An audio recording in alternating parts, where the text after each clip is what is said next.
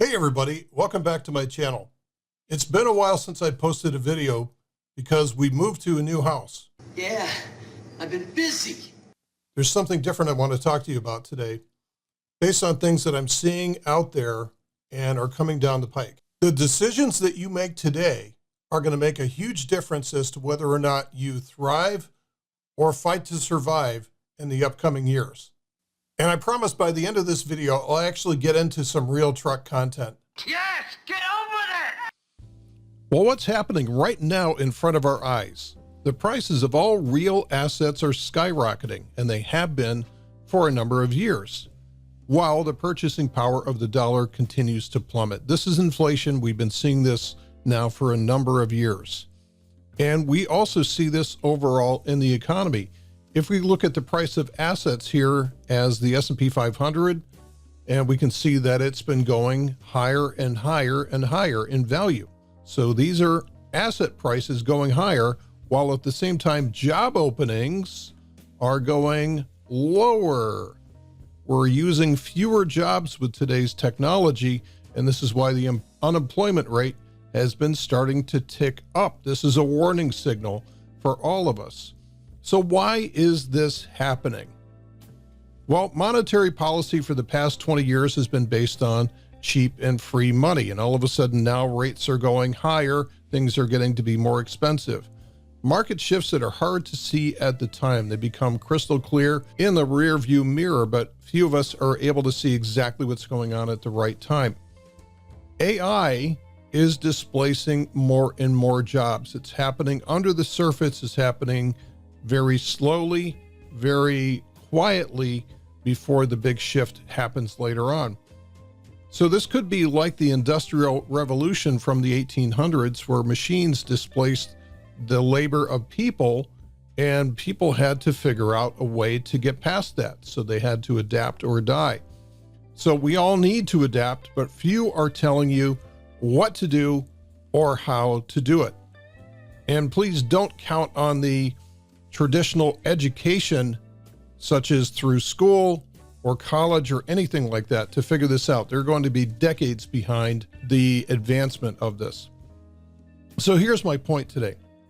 The top economic 10% of the population won't notice any problems, and they don't see any problems right now because their assets continue to go higher in value. They're loving it.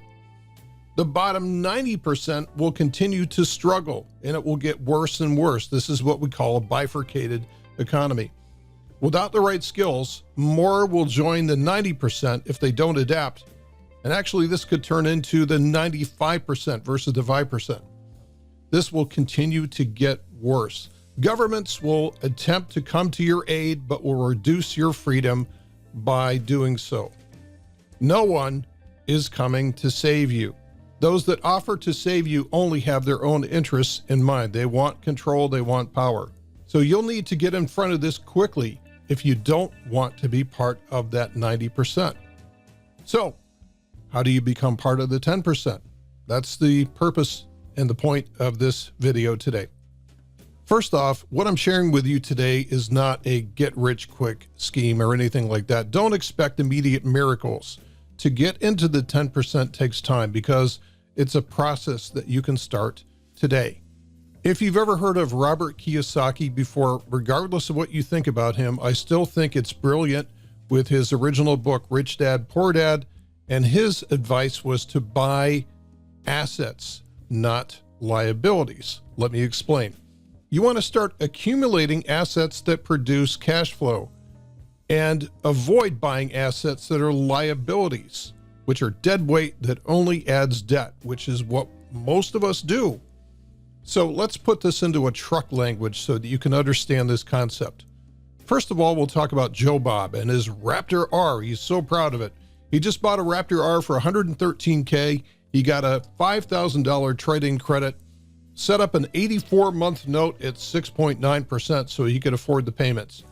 His payment is $16.25 a month for the next 7 years. Talk about a ball and chain. Ultimately paying $141,000 to own this truck if he gets through that 7 years.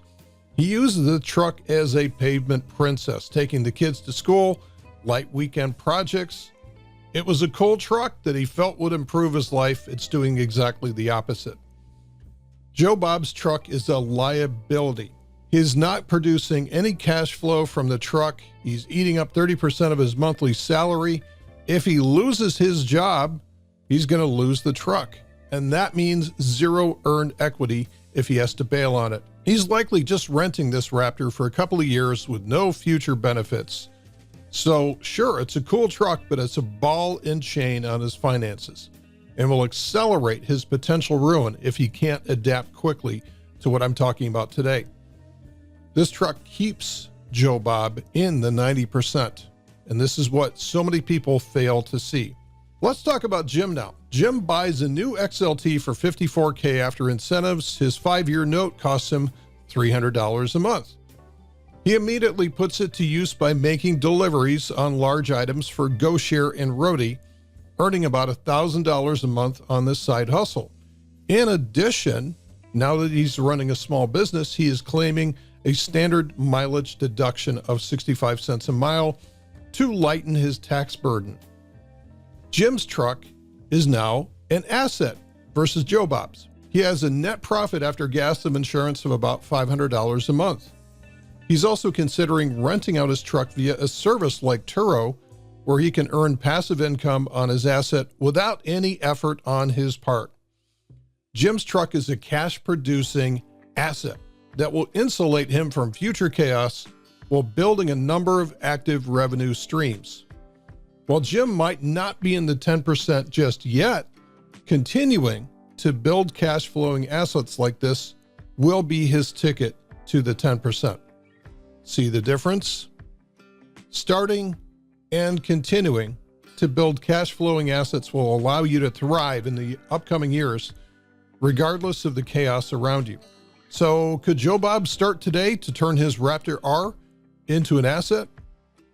Well, yes, but the hole he's dug is quite deep to overcome that $2,000 monthly cost. When you factor in insurance and gas and everything else, it's about $2,000 a month. So this is what some YouTube influencers do. They buy a really expensive truck that people want to hear about, and they create enough content to pay for it and more. But this is a very high risk reward with an asset like that. You got to be able to create the audience. So what am I doing about this? Well, for the first 3 years owning my F-150 Power Boost, I did Roadie deliveries for Home Depot. That worked really well to deliver a nice side income until they changed their drop times and just made it really inconvenient. And I complicated my life by moving to a home with 6.5 acres and a ton of trees and a mountain ridge. The view's great, but I'm going to be working on those trees almost every day. I have new challenges with this amount of property. So I need some additional tools. I could seriously use a mini excavator to rework some of the land. And I could also use a skid steer to grade some of the land, as well as some of the other jobs that are available on the property. Since I don't want to buy liabilities, if I own useful tools like this, I want to rent these assets out to construction crews through a service like Rubble. But the challenge is that these units weigh about 10,000 pounds apiece, which is way beyond the capacity of my F-150 Power Boost to tow them if I wanted to be able to transport these units to a job site. And that's going to require a whole nother level of commitment on my part if I own these assets. So I'm still deciding, can I rent these units out without having to transport them myself? Can I just put them out for rent and somebody comes by my place and picks them up? That would be great. Or should I trade in my fantastic For Me Power Boost, which has been so reliable for me, for some kind of Godzilla F-350 so I can tow these things around? Or should I keep my truck and find a beater diesel F-350 for this purpose? Maybe I should get into the land management business and earn active income from these machines. That's another opportunity.